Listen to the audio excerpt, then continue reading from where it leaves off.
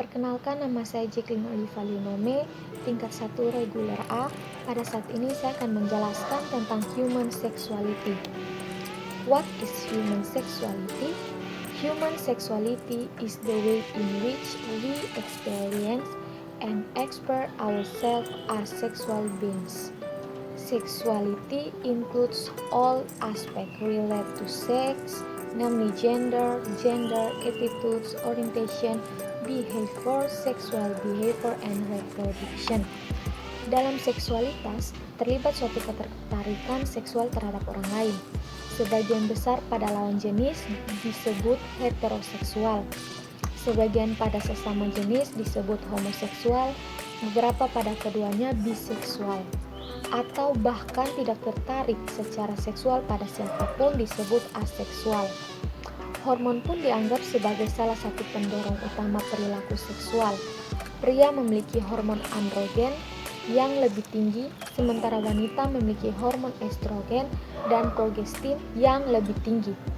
Hormon androgen mempengaruhi fungsi seksual dan reproduksi pria, sedangkan estrogen dan progesteron mengatur siklus menstruasi dan penting untuk reproduksi wanita.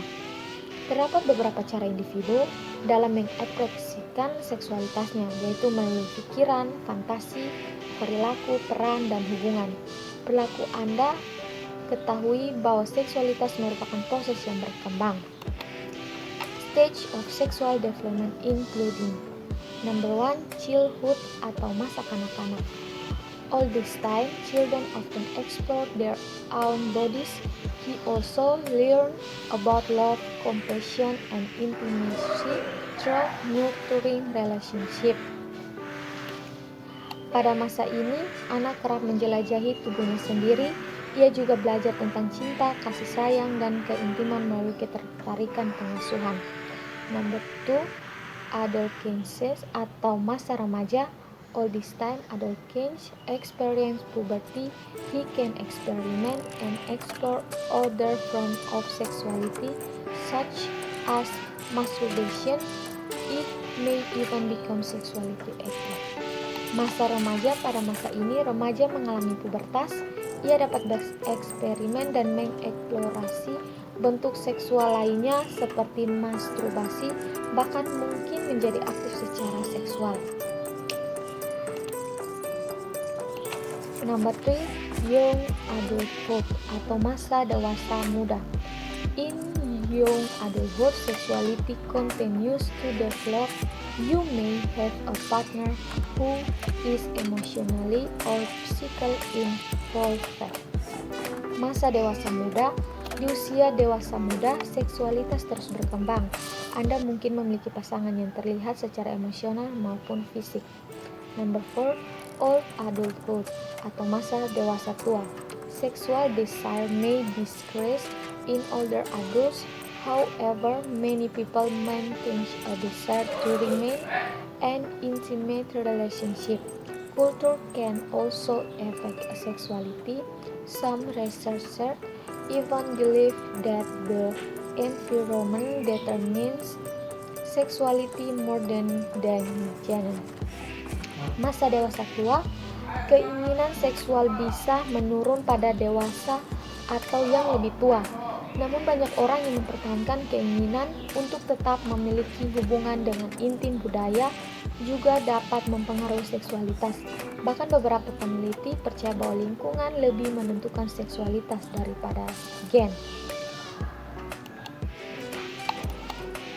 Menurut para ahli, pendidikan seks bisa dimulai ketika anak mulai bertanya tentang seks dan disesuaikan dengan seberapa jauh rasa ingin tahu anak.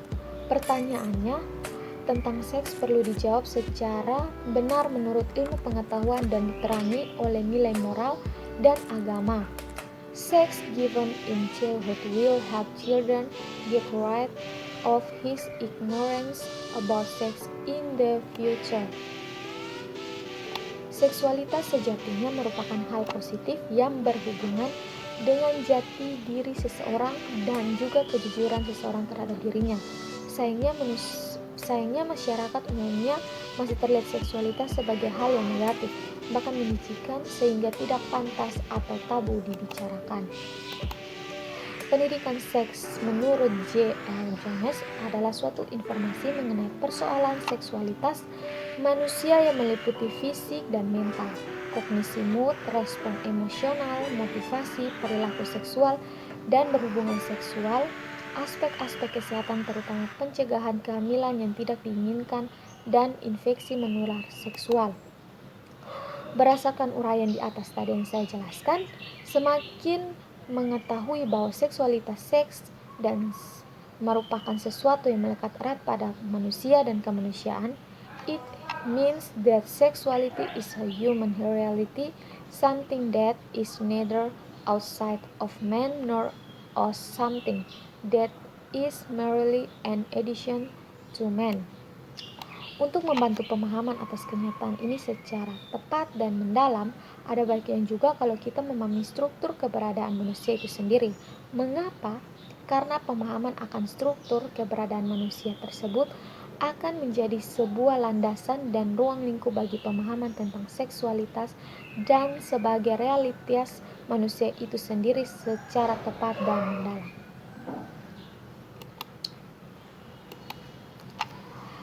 Terima kasih dan sekian.